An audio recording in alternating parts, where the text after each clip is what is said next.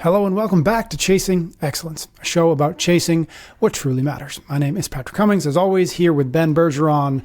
Thank you for joining us. How are you, Ben? Doing great. Thanks, Patrick. It's good to see you, my friend.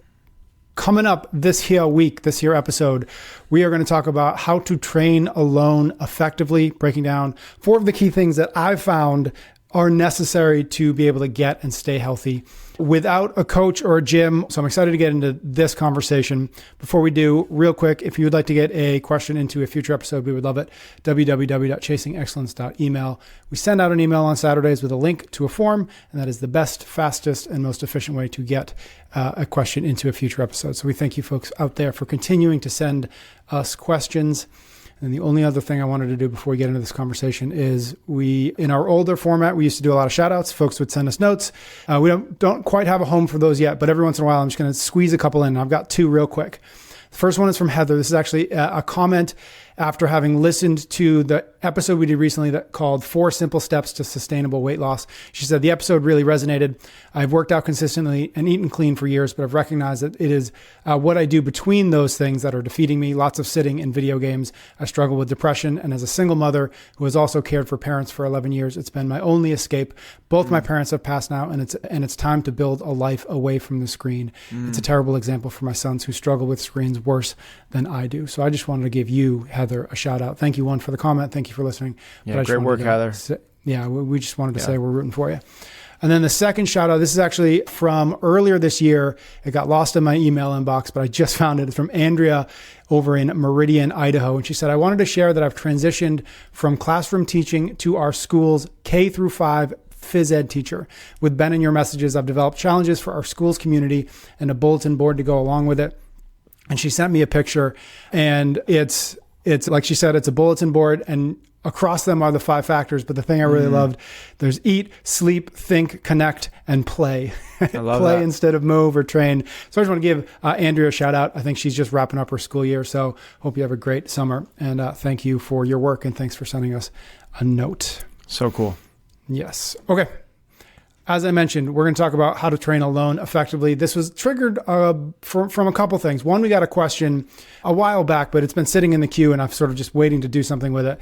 And this is the question from a listener. We recently moved, and I was able to build out a full home gym, and I mean full. The idea was to be able to get my workouts in no matter the time, considering how erratic my work schedule is. However, that hasn't been the case. Any advice on how to stay disciplined and accountable for a home gym user?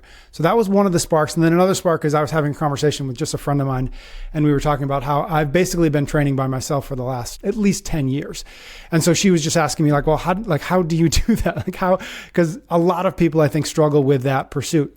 So I wanted to, between those 2 things, I thought there might be an interesting conversation, a little bit of, I know this isn't your world, this is my world. So these 4 things that I put together, these are the 4 things that I think are the keys to being able to do this effectively. But I'm certainly not an expert on these things. I'd love your feedback, and maybe I'm missing things. I do want to start with one caveat, only to save you breath, Ben, because I know that this is going to be in there across this conversation, which is we can mitigate almost all of these things by just being a member of a gym, member of a CrossFit gym. These are in lieu of that. This is, if you can't get to a CrossFit gym, that 4 to 5 to 6 times a week that we often talk about, whether it's because of timing, whether it's because of money, whether it's maybe there just isn't one in your neighborhood. These are some of the things that I think you need to be able to train effectively. Again, we can skip all those things if you can just get your butt into a CrossFit New England or a gym like that with the consistency that we often talk about. So I say that just to save you, Ben, from having to say it. Okay, first one first. You need to be self-disciplined enough. To me, this is, if I had to put a number on it, if you can't get yourself into whatever, your basement, your garage, your backyard, 3 to 4 times a week without needing to be quote unquote motivated, without needing an accountability buddy, without needing somebody to check on you, this probably in the long run won't work. Yeah, I totally agree. This is what is challenging about becoming the best version of yourself, is we inherently are not set up to do this. We are inherently set up to stay on the couch and eat the carbs. That's really what our default reward systems are built to do.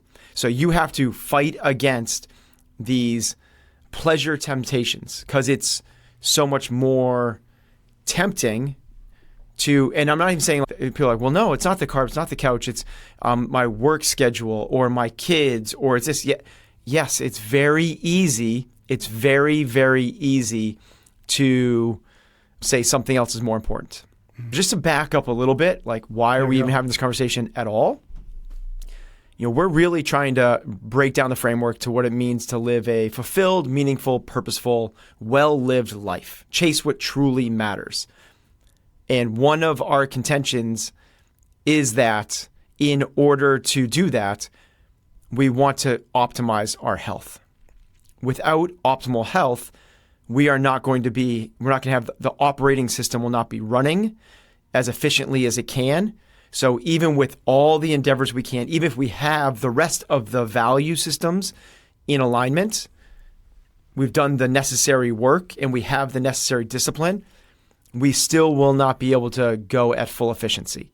Now, the other side of that is, if you have your health, our understanding is that everything is going to be running better. You'll be even more cognitively optimized and have greater grit and therefore discipline to stay on the path of all the other endeavors that might otherwise be tempting. Said another way, if there is a first domino, health is your first domino. If there is a first domino of health, it is training. If there is a first domino of training, it is consistency. If there is a first domino of consistency, it's discipline. So this is where it's like, how do we get to this? And that's exactly it. We have to have enough, and I like the way that you frame that, enough discipline. You don't need to be David Goggins. You don't need to be Jocko. You don't need to be Matt Fraser. You just need enough discipline to say, I'm going to be able to get myself in the garage, in the basement, in the shed, whatever it is, out for a run, at least, as you said, 3 days a week. But here would be my thing I would add on. It's actually easier if that's, it's easier if that's 5 days a week. It's so much easier to be all or nothing. Yeah, that's a great point. Yep, when you allow yourself that 3 days a week, tomorrow you're asking yourself, is tomorrow going to be one of those days? Should I do it tomorrow or should I not? Whereas if it's brushing your teeth, no one gives themselves the out. You brush your teeth every single morning. There is no outs. And when there are no outs, the decision is gone. Cigarettes are on the other side of the line. You don't have to, when you see someone smoking cigarettes, you're not like, should I right now? Because it's something you don't do. Well, if you train every Monday through Friday, you just know that's the thing. And it just becomes a part of it. And that would be my biggest suggestion, is the greatest thing that we need is discipline. The greatest thing that creates discipline is structure. It is like just creating the structure so that you can eliminate choices. And if you do that, so every single morning, I set my alarm. I'm not saying me. Every single morning, you would set your alarm clock for 5:45. So you are in your garage at 6 o'clock. You brush your teeth, you change, and you're in your garage, you're in your basement from 6 o'clock, and you have nothing to do between 6 and 6:45. Then you go shower and you do your thing. But that to me is so much easier than trying to figure out what 3 days a week you're going to do it. Yeah, that's a great point. The one thing I would add that I was thinking about with this is, and why I said 3 to 4 days, because I know obviously we talk about 5 to 6, and I am an advocate for that. What I was thinking about when I was thinking about self-disciplined enough is 3 to 4 times a week, consistently enough, you will become the kind of person who doesn't really have an issue with being disciplined or motivated in this particular way. In other words, if it's the best you can do 3 days a week, 4 days a week, after 2 months, 3 months, 6 months, a year of that, suddenly 2 more days a week or the 5 days or the 6 days of it doesn't really become a question. It actually stops being a choice because it just becomes what I do.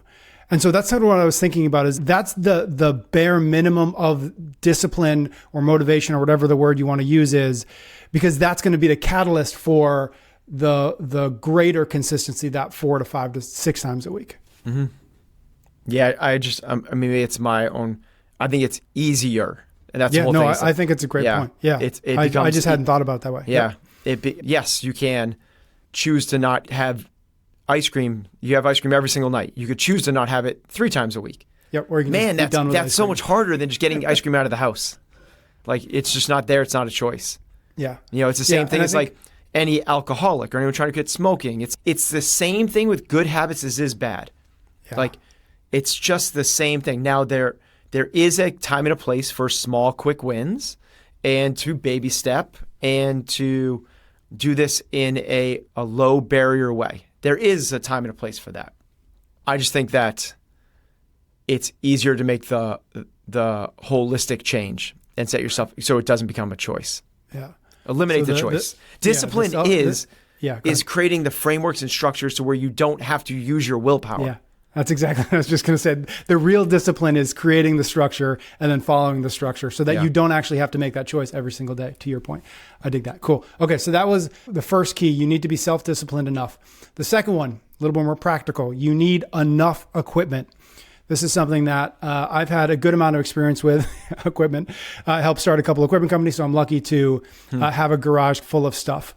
But there have been points in the last, 10, 15 years where I've just had a set of dumbbells, right? And so I've kind of run the gamut of enough stuff and not enough stuff. And so I'd be really curious, like, you need enough equipment. You, Coach Ben, what is enough equipment to get fit, to get, the folks who are listening to us, not just a pair of dumbbells that you can kind of sling around every once in a while, but who really want to kind of get after it to the degree that they can. What's enough equipment? Enough would be, you have to define enough for what, and the way you defined it was enough to get fit. So we have to define what we mean by fit. We could take the CrossFit definition we want to. I think we can do it in a much more simplistic way. Fit is you are strong, you can go long, and you can go high intensity. That's what fitness is. Yes, there's the 10 components. Yes, there's across modalities and all these different things. But really what we're saying is, you're not just strong. You can't just run, a 4-hour marathon, and you can't just go, do a sub 4-minute Fran. I want all of those things. That's fitness. Anything else is it's a piece of it, but it's not the totality of it. So what do we need from a minimum equipment standpoint to be able to do that? I'll give my bare necessity, my bare necessity plus one, and then maybe the nice to haves. Sure. Which is bare necessity, if we're going to define it that way, is you need a place to be able to run. So if you live in a New York City apartment, that might not be an option, so you might need a treadmill. But most people are going to live in some sort of access to roads. That's all you need. I'm not saying you need a piece of equipment at all. You need a room to run. The way I think about this is, we're defining this as training, so maybe we need to define training. Training to me is cyclical threshold conditioning, and we can dive into that if we want to, but it might be beyond the scope of this. Cyclical threshold conditioning 6 days a week. Now let's think like a CrossFit type workout, maybe a really easy way to say that. 2 to 3 days a week, we should be doing strength. Now strength, we can define that a little bit, but the best strength comes from the slow lifts, squat, press, and dead. And then next is go through full ranges of motion to the point where they are not limiting. And lastly is you need the ability to be able to run. Now people go, well, that's really specific. Well, running is the move from point A to point B. Like, you got to be able to do that. And running is the more advanced form of that, just like be able to get off the ground is really important. And a burpee is a more advanced form of that. So if we're thinking that cyclical threshold conditioning, be able to run, full range of motion, strength. The minimum equipment that we would need is a place to run, like enough square footage. The most important piece of equipment in a gym is the floor. So you need enough space to be able to lie down on the floor, enough space for a barbell. And I would say in order to do this, like to really get what we're talking about, you would need a barbell and a squat rack. Because I want to be able to get weight up on your shoulders. I need you to be able to pull off the ground, deadlift. Cool, so we have the barbell. I need you to be able to press. I'd love it to be option for a bench press, but we don't need it. You can press overhead. After that, the floor space, the most important thing is the vertical space. So you'll be able to go above your head plus the height of a barbell or plates, whatever it is. And ability to be able to get a heavy load on your shoulders. So if we want to be able to Otherwise, we're going to be limited by what we can clean, and we can still get away with that. You could clean it. You could do front squats. But really what I would love is floor, ceiling height, barbell, and space to run. That's my minimum. That's the minimum. The next above that, I would love for you to have a pull-up bar and a bench. If you have those two things, meaning pull-up bar, bench, and space to do things like we're going to be able to do, you can get crazy fit with that. We won't be limited by anything. Now, a next additional nice to have to me would be maybe another piece of cardio equipment for when, it is 19 degrees out and it just snowed, 11 inches the night before. So maybe like a bike, and then maybe a pair of dumbbells, maybe a box, but not a whole lot more. I don't think you need a box. You can jump on the bench. Jump on the bench, yep. Yep. So really it comes down to, I don't think you need a wall ball. I don't think you need kettlebells. Dumbbells, if you have a barbell, they're nice, but not necessary. If somebody were to grab a, quote unquote cardio machine, I noticed that ComTrain programs a lot of Concept 2 bike, or maybe bike in general. It tends to be Concept 2 bike. Yeah, they're programmed on purpose, and it's a lower barrier to intensity. Take it. So let's say if you take like a 9-year-old kid and you want to give them a really good workout and you put them on a rower, it's going to be very, very hard for them to get a challenging workout.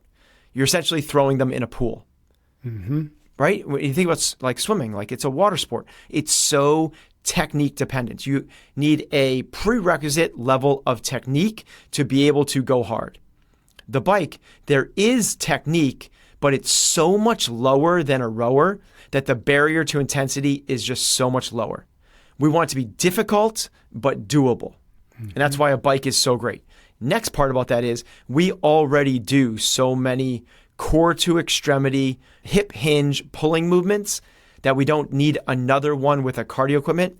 The bike actually pairs better in this space, called the CrossFit space. It actually pairs better than a rower does. That sounds weird, but the reason that rower became so popular is because it was such a good, effective piece of equipment before that Concept 2 existed. So every gym had it, and now it's a legacy play. If CrossFit was to be created today, I don't think that would be the case. Not to say a rower isn't effective. It certainly is. And not to say not working on technique isn't effective. It certainly is. But if we want to either get people to work at or around their threshold, it's easier to do that on a bike. The more you work at your threshold, the greater your results will be. Take it. My one question to wrap this one up is, how important in your mind, in your experience, and obviously with all the folks you've worked with, how important is novelty in consistency and sustainability? And I ask that because there was a period where, as I mentioned, all I had was a pair of dumbbells and a road to run on. And it was probably my least consistent period of fitnessing because I didn't have access to a gym. And I just found I just didn't want to go back out there day after day after day to do. Like, you can do a lot of things with a dumbbell, but I found myself getting bored, and that boredom kept me from kind of a consistency or sustainability. And I think it was just the lack of novelty. So all that to just ask, how important is having enough equipment that it feels like, oh, I get to do this today. I get to put something over my head. I get to squat something heavy. I get to squat something light. I get to do a pull-up, etc. How important is that in this conversation that we're having, which is effectively training by yourself alone in your house? It matters, but it matters to an extent. And actually, to back up, this is the purpose for the barbell versus dumbbells. So people go, dumbbells, well, I could do so much more. I could do snatches. I could do all these things. And it's you for working with dumbbells, you're going to have a sweet spot for loading, which is basically if you use dumbbells for most of the core to extremity, quote, compound movements that we do, for you, Patrick, working something between 30 and 60 pounds is going to be a sweet spot. That doesn't provide for a lot of variety. You have 30s, 40s, 50s, and 60s, and it's all very, very, a 30-pound swing. Now, you could go, no, because I do singles and doubles. Cool, so we'll go from the single 30 to the double of the 60s, which is 30 to 120. It's a 90-pound swing. If we were to talk with barbells, you could go from 45 pounds up to probably whatever you could deadlift, 365 pounds. Just that right there allows for almost 300 pounds, 3x the amount of variety. And what you end up getting pigeonholed into with dumbbells is essentially conditioning. You don't get to work on strength, because for you to work on strength with dumbbells, it's very challenging, honestly, because you have to get the dumbbells in a certain position, which is very, very challenging. And what I mean by that is true strength happens about when you're about above 85%. And the true strength meaning absolute strength meaning the maximal external load that you could move. To work on maximal external loads, it really happens above 85%. Certainly to say there is strength gains to happen between 65 and 85, that is true. But they're more in the way of strength endurance, strength stamina. So the ability to work on maximal strength, you can do that without the novelty, and it still be very, very exciting. Because you could very easily walk into a West Side type program where you do the same lifts 3 weeks in a row and then switch. That's what West Side is. Or you could go through starting strength into the Texas method, into the whatever the last version of Ripto's, which I'm blanking on right now. But there's so much variance and novelty just within that. You could do dinosaur training, you could do triphasic, you could do Wendler, you could do all of these different things, all staying with the same 3 movements. There's so much novelty in the way that we could approach that. That's just in the strength. So the idea is you don't need novelty in terms of movements, but in terms of scheme, in terms of cycles, absolutely. The other part of that, in terms of conditioning, I do think it's easier to be consistent when it's exciting and fresh, but you don't need it. Think of people that are training to be world-class rowers. They just get on the rower. Lack of novelty. Yeah, exactly. They get on the rower and they row for 2 to 3 hours a day. That's what world-class rowers are doing. Now they create novelty and freshness by creating different rep schemes, and we're going to go long and slow. We're going to do intervals. So you can create novelty in other ways, but it takes a lot more discipline. That's why there's very few people that are world champions, or at least chasing world championship type performance in rowing or running or any real single modality endeavor. Take it. All right. Those are the first 2. We've got 2 more. First, we're going to do a quick word of thanks from a few sponsors. We're brought to you this week by LMNT. You know, hydration is important. That's why we're excited to introduce you to LMNT Sparkling, a bold, zero sugar electrolyte drink now available in convenient 16-ounce cans. Learn more and get some for yourself by heading to drinklmnt.com/excellence. Each can of LMNT Sparkling is loaded with electrolytes and absolutely no sugar or caffeine. It's perfect for health seekers looking for an all-new way to support their health across a broad spectrum of occasions. And it comes in a myriad of tasty flavors: citrus salt, watermelon salt, grapefruit salt, as well as the debut of black cherry lime. Ben, we haven't done an LMNT ad since you started drinking the sparkling multiple times a day. I made the comment to one of my coaches last week, which was, this is the greatest thing that's happened in my life in the last 10 years. 10 years ago, my youngest child was born. So since my youngest child has been born, LMNT Sparkling in a can, it's the best thing that's ever happened to me. All right, we're going to leave it at that. All right, if you want to learn more, head to drinklmnt.com/excellence. And even if you don't grab yourself some of the new LMNT Sparkling, you can still, with any order, get a free sample pack as long as it's with a drink mix purchase. From our fridge to yours, mostly from Ben's fridge to yours. Welcome to the next chapter in the salty. Oh, they better not take so much that they go out of stock. We're going to cut this out. We're cutting this out. It stinks. Nobody likes it. All right, we're also brought to you by DUER, spelled D-U-E-R. DUER makes stretch, performance, denim, and lifestyle apparel for men and women. See all their styles at shopdeuer.com/excellence and to save yourself 20% off your first purchase. DUER is not just about comfort. They've managed to create jeans with a 360-degree stretch and have used technical fibers designed to keep you cool and dry, something particularly useful as we sit here recording in the midst of the year's first heat wave here in the Northeast. Even better, everything DUER makes is sustainably made with plant-based materials. If you're looking for jeans or shorts that you can bike to work in, that look great at the office, and that are perfect for an evening out, DUER is the brand for you. They've got flagship stores in LA and Denver, or you can shop online at shopduer.com/excellence. And again, you can get 20% off your first order when you go to that link. So no wait, experience the comfort and quality of DUER for yourself. Get 20% off your first order at shopduer.com/excellence. All right, back to our conversation. We've got 2 more keys to training effectively on your own. Number 3, you need enough of a plan. You need enough of a plan. And I will say for a very long time, I had no plan whatsoever, and it's not very effective. Because what ends up happening is, I won't project to other people. What ended up happening with me is I would wake up, I'd go down to the garage, I'd sit there, I'd stare at all this wonderful equipment around me, and I'd say, what do I feel like doing today? And there is something very real about the difference between what you feel like doing and what you should be doing. And oftentimes, if you don't have enough discipline, you will end up avoiding the things you should be doing and only doing the things you like doing, and that will stunt your progress. But talking to the guy who started CompTrain, why do you need enough of a plan? Well, you just need enough of a plan to drive results. That's why you're there. So I'll just back up a little bit, though, by what do we mean by results? And results, this is going to sound weird, the results you want might not be physiological. I believe that there's a huge benefit to the people that train regardless of whether they see biomarkers improve.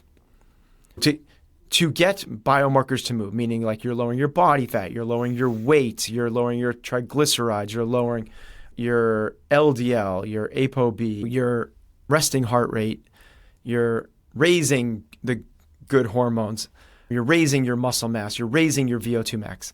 In order for that to happen, you need a certain level of intentionality in terms of the way you approach the structure of your training, and intentionality in terms of how hard you are working. In order to get the psychological benefits in an individual trained at home setting, you need at least a certain level of intentionality in terms of intensity. Sometimes I'll go for a run in through a neighborhood, and I'll pass by people with their garage door open, and I can see them working out in their garage. And they're sitting on a bench looking at their phone. Like, you're doing the hard work, the hardest part of getting in the gym. That's the hardest part. Like, the hardest part is putting on the shoes, putting on the shorts, and walking into the gym saying, I'm going to work out. That little bit of next level of intentionality is like exponential. Like, the more you have a plan and the more you go with intentional intensity, meaning not grind yourself to a pulp, but the right level of work, which is part of the plan, the results go exponential. Like, you go into the gym with sneakers and shorts on, you don't get any fitter. You might get a little psychological benefit. You might. And that can be super helpful. Why not get the other side? Like, you're already doing the other stuff. So I'll give a little shortcut to this. The easiest way to do this is to strength train 3 times a week, each day being a different primary movement pattern. Meaning one day you're going to squat. So let's call it Monday, Wednesday, Friday.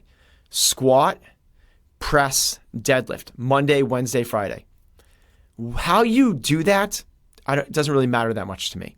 Meaning, are you going to work 5 sets of 3 or 3 sets of 5? Are you going to start with lightweight and climb up to a heavy? Are you going to do sets of 20? Are you just going to feel like that doesn't matter as much to me, but the structure, that's a really foundational piece of getting stronger, which is a really important piece of fitness. Next after that is whatever pattern you just picked, use a lighter weight complementary movement pattern and put that into a little conditioning piece. Meaning, if Monday we're going to squat, and we're going to do 5 sets of 5 back squats, after that, do a little thing of 15 front squats, 15 pull-ups.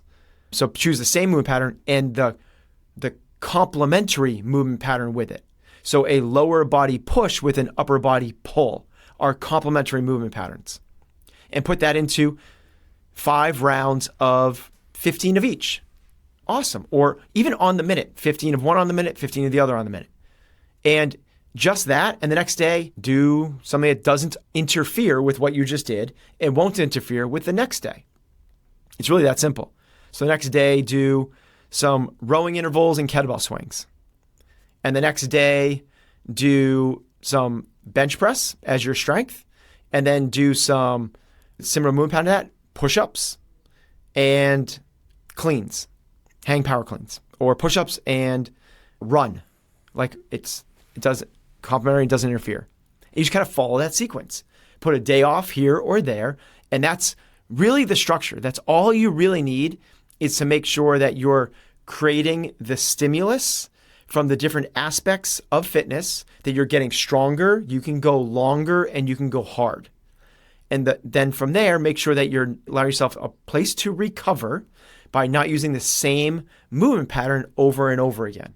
And that's really the most simplistic way we could think about a plan. And you can do so many different variants of that. So an example of a variant of that would be, I know what I did yesterday. I have an understanding of what I want to do tomorrow, and I'm in a hotel gym. So what I'll do is I'll just go I don't like to do big long warm-ups in a hotel gym because I want to get in and get out, and I'll just grab the lightest pair of dumbbells, 5s, and I'll just do the movement pattern that fits in between yesterday and to tomorrow. And I'll just do, let's say it's lunges and presses. So I'll do 6 lunges, each leg, holding the dumbbells at the hang, bring them up, and do 6 presses with the 5s. Literally 5 pounds in each hand, which is essentially 0. Rack them, do the same thing with the 10s. Rack them, do the same thing with the 15s. Rack them. It's like you can just really easily go in with no hard fixed plan, as long as you understand some of the key principles that drive programming, which is this specific adaptation to impose demands. We need to lift heavier to get stronger.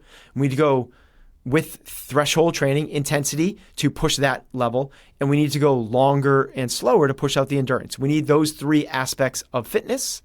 And then you go, okay, from there, we need to make sure that we're paying attention to the stimulus recovery adaptation curve. So we're not overtraining, but we're getting enough of a stimulus to drive an adaptation.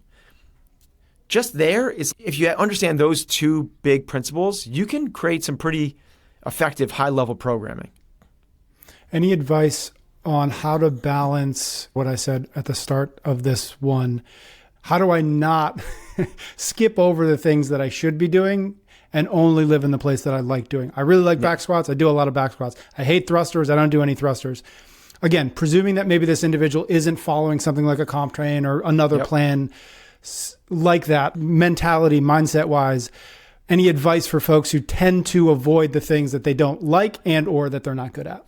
Yeah, this is going to sound like a weird answer. That's not that high on my priority list. Interesting. Got it. I would rather people just be consistent. Yep. And to get people to be consistent is really, really hard. So do the things that you like. Now, after you've done the things that you like enough, it really it comes down to your fundamental understanding of fitness. Once you have a fundamental understanding of fitness, you might stop disliking them so much because you get more fed up with yourself that you're not as fit as you should be. But back squats versus front squats, I don't care, right? Sumo deadlifts versus traditional deadlifts, I don't care. That doesn't matter to me. Burpees versus box jumps, doesn't matter to me. It's I want you in the gym. I want you in the gym 5 or 6 days a week, training this way. And then as we get to play with the margins of gains, those will be natural conversations or natural programmatic evolutions that take place almost without you even having to think about it. It's an awareness level. Because what you think is fitness for a long time is the 500-pound back squat. And then your buddies want to do a 5K with me, and you're like, I can't do that. And you're like, well, wait a minute, what did I thought I fancy myself a pretty fit dude. I can back squat 500 pounds, but I can't do a fun 5K? What's up with that? Well, I have a big gap. And then all of a sudden you go, ooh. And this thing, it just kind of takes care of itself when you understand what fitness is. Take it. All right, last one we got. You need to move well enough. This is a question we've definitely gotten over the years. I train by myself. How do I get coaching? Do we have any resource to help me move better, move with, whether it's mobility or whether it's movement patterns, whatever. First question to you is like, what are the big barriers? If you were to see somebody moving and you saw this, and this, you would say to at least to yourself, oh, you're not ready to train with any real intensity by yourself for very long because you might hurt yourself or because you're just not going to be able to do anything. Yeah, I would actually I would flank this and come around from the opposite direction. Is if somebody doesn't have good technique, what would I do to get them to train hard? Yep. And this is where the bike comes in. Like, I can get anyone to find their threshold and train above their threshold on a bike because there's an inverse relationship between technique and intensity. We all know that. So what do we want to do is to avoid the higher technique movements so you can train at intensity. And this is where a bike comes in. But it's also where things like a box jump would come in. Now, you don't have to be able to, there's very little technique in a box jump. You don't need to be able to jump on a 20-inch box. You could jump on a plate. And I can get people to train at pretty darn high intensity jumping on a plate. Even running, while there's a fair amount of technique, it pales in comparison to something like an overhead squat or an Olympic lift or kipping pull-up, which requires much more motor coordination. So the starting point of your point was enough technique, but enough technique for what? Because we can get them. This is why we work with bikes so much. It really is. Because even somebody that has the ability to run might be limited because of a ankle or a knee or a hip issue, and they can still run, but they can't run at intensity. It's even me. I don't want to do max out 100s anymore. You're certainly not going to see me do a 440 for time. I can't train at that level of intensity right now. I shouldn't say I can't. I choose not to because the risk is too high.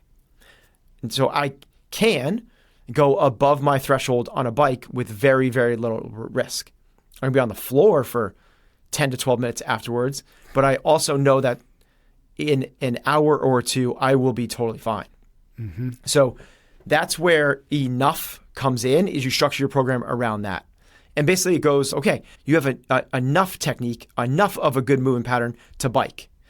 You have enough of a movement pattern, enough of a fitness to do strict presses or push presses. You have enough technique to do burpees. You have enough technique and proficiency to do pull-ups.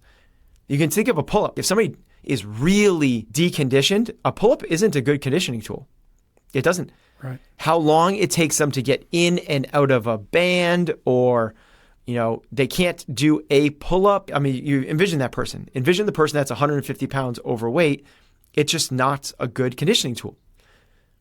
Another way to say this is, Glassman once said, if I had a class full of people that were 100 pounds overweight, I would put them all on bikes and have them watch nutrition documentaries. That would be the class. Mm-hmm. He's like, that's the fastest way I can get them to see results. And the reason for that is nutrition is going to matter so much for them, but also we need them to train hard.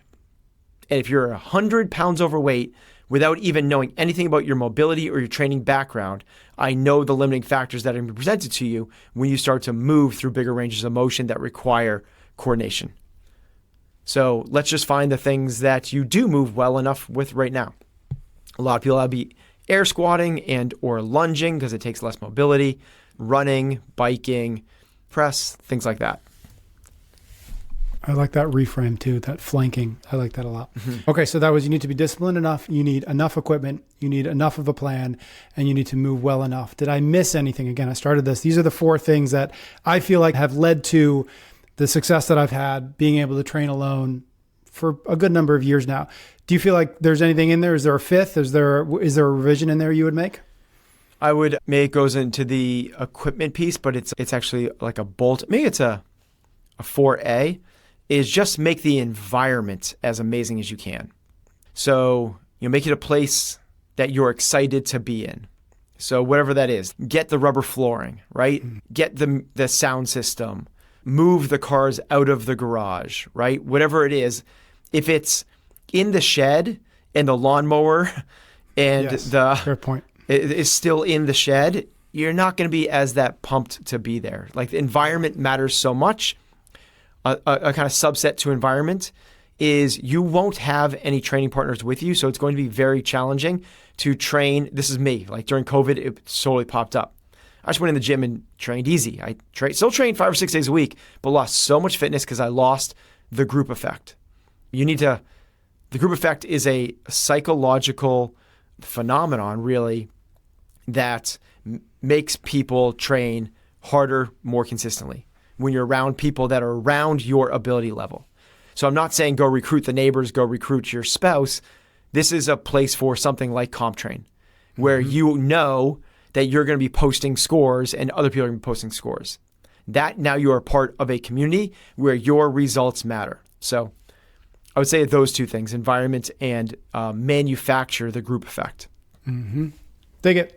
Thank you, my friend. That was fun. One more time, if you want to get a question into a future episode, www.chasingexcellence.email.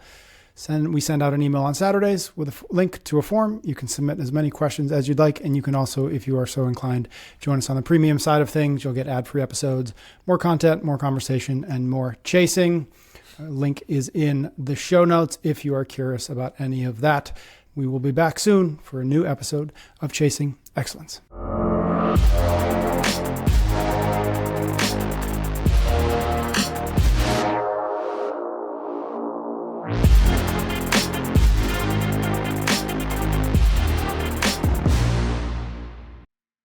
When your first stop is Maverick, your next stop can be any adventure you crave. We've got great values on fuel, fresh-made bonfire food, and all your favorite snacks and drinks. So hurry over and have a blast on your next stop. Maverick. Adventure's first stop. Weddings are the celebration of all the details that make a couple perfect for each other. And you can find your perfect fit too at Indochino. Choose every detail of a custom tailored suit, from lapels to linings and more, starting at just $4.99. My bad. Shh. Sorry. Find the suit that's perfect for you. Go to Indochino.com and use code PODCAST for 10% off any purchase of $3.99 or more. That's 10% off $3.99 or more at INDOCHINO.com. Code PODCAST.